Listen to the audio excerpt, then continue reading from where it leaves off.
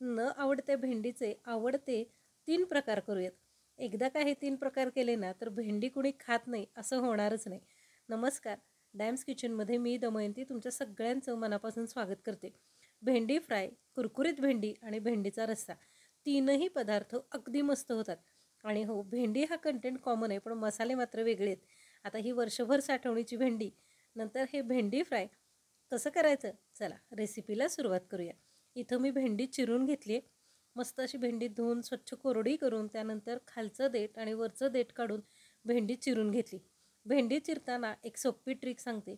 काय करायचं तर एकसारख्या आकाराच्या भेंड्या बघून घ्यायच्या आणि त्या एकदम 3 किंवा 4 घ्यायच्या, म्हणजे पटपट भेंडी चिरून होते. आता या चिरलेल्या भेंडीमध्ये 1 चमचाभर धनेपूड घालून घेतली आणि 1 चमचाभर हिरव्या मिरचीचा ठेचा घातला. आता चवीनुसार मीठ घालून घ्यायचं. सगळं छान हलवून घ्यायचं. ही भेंडी जी आहे ना ती वर्षभर टिकते बरं का. या पद्धतीनं भेंडी करून ठेवा. 2 दिवस उन्हात वाळवा आणि नंतर खिचडीसोबत किंवा आपण जसे पापड तळतो ना तशी मस्त अशी ही कुरकुरीत भेंडी तयार होते. तर आता याच्यामध्ये थोडीशी हळद घालूयात. चांगलं जर का ऊन पडलेलं असेल ना तर एका दिवसात भेंडी तयार होते आणि चवीला पण एकदम भन्नाट होते. आता याच्यामध्ये अर्ध लिंबू पिळून घ्यायचं. आता ही भेंडी किती आहे तर ही भेंडी साधारण पावशेर आहे. तर पावशेर भेंडीचंच आपण हे सगळे प्रकार करतोय. तर पावशेर या प्रमाणात करा. आणि हो, लिंबू अर्ध बास होतो. खूप लिंबू झालं ना तर आंबटपणा जास्त होतो. मग हिरवी मिरचीचा ठेचा, म्हणजे फक्त हिरवी मिरचीच आहे, मिक्सरला फिरवून घेतली. मीठ घातलं, हळद घातलं, धनेपूड आणि अर्ध लिंबू पिळलं. हे सगळं घातल्यानंतर आता हे सगळं हलवून घ्यायचं. 2 मिनटासाठी ठेवून द्यायचं आणि नंतर एखादं ताट किंवा चाळणी काहीही घेतलं तरी चालेल. या ताटामध्ये अगदी एक एक सुट्टे करून ही सगळी भेंडी पसरवून घ्यायची आणि 1 दिवसासाठी उन्हात ठेवायची. कडकडीत ऊन असेल तर 1 दिवस पुरेसा होतो. जर का ऊन कमी असेल ना तर 2 दिवस लागतात. 2 दिवसात मस्त अशी ही भेंडी वाळते. एकदा का वाळली ना की प्लास्टिकच्या डब्यामध्ये एखाद्या काचेच्या बरणीमध्ये भरून ठेवा आणि जेव्हा केव्हा मसाले भात किंवा खिचडी कराल ना त्यावेळेला कुरकुरीत अशी ही भेंडी तळून खायला घ्या. आहे की नाही एकदम भन्नाट पदार्थ. तर अशी ही भेंडी आपल्याला आता करून घ्यायची. मी तर आता हे ताट उन्हात ठेवून दिले.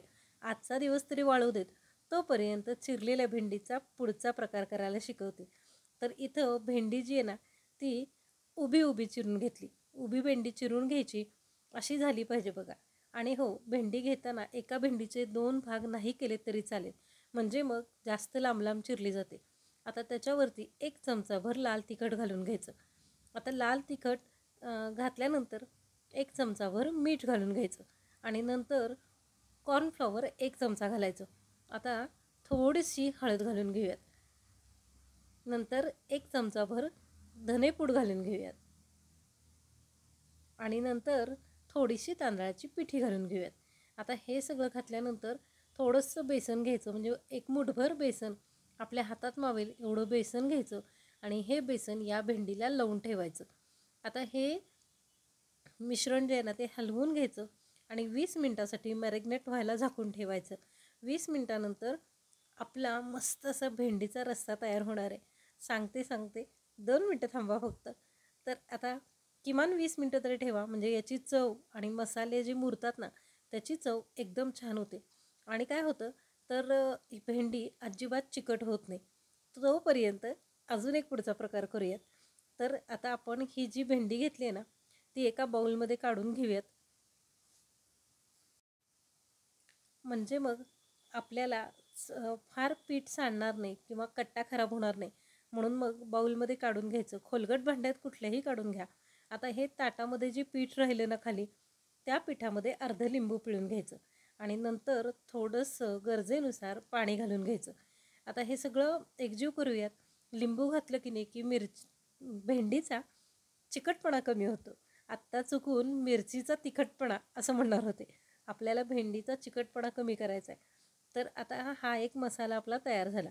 आता या मसाल्यामध्ये गरजेनुसार पाणी घालून घेऊयात.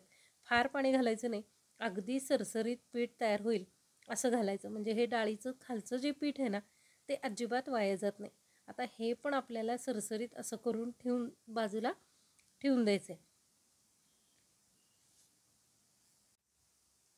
आता इथं मी काय केलं तर असंच देठं काढलेली भेंडी जी होती ना, ती अख्खी भेंडी त्याला मध्ये चिर दिली आणि मध्ये चिर दिल्यानंतर त्याला हा सगळा मसाला लावून घेतला. सरसरीत मसाला आहे. आता हा मसाला सगळा राहिल्यानंतर म्हणजे आपण जरा सरसरीत केलं होतं, तर हा सगळा मसाला जो आहे ना, तो याला लावूनसुद्धा शिल्लक राहतो बरं का. तर या भेंडीला पण लावून ठेवायचा आणि ही भेंडीसुद्धा बाजूला काढून ठेवायची. आणि मग आपले कुरकुरीत असे 2 पदार्थ तयार होणार आहेत आणि यातूनच आणखीन एक भेंडीचा रस्सा तयार होणार आहे. बघा, एकाच भेंडीपासून किती भारी भारी पदार्थ तयार होतील की नाही. तर हा मसाला आतपर्यंत भरायचा, चारही बाजूनी सगळा लावून द्यायचा आणि नंतर ही भेंडीसुद्धा आपल्याला बाजूला काढून ठेवायची. हां, आणि तुम्हाला जर का आवडत असेल ना, तर याच्यावरती 1 चमचाभर पांढरे तीळ घालून घ्या. पांढऱ्या तिळामुळं काय होतं, तर मस्त असं दिसायला ॲट्रॅक्टिव्ह होतं.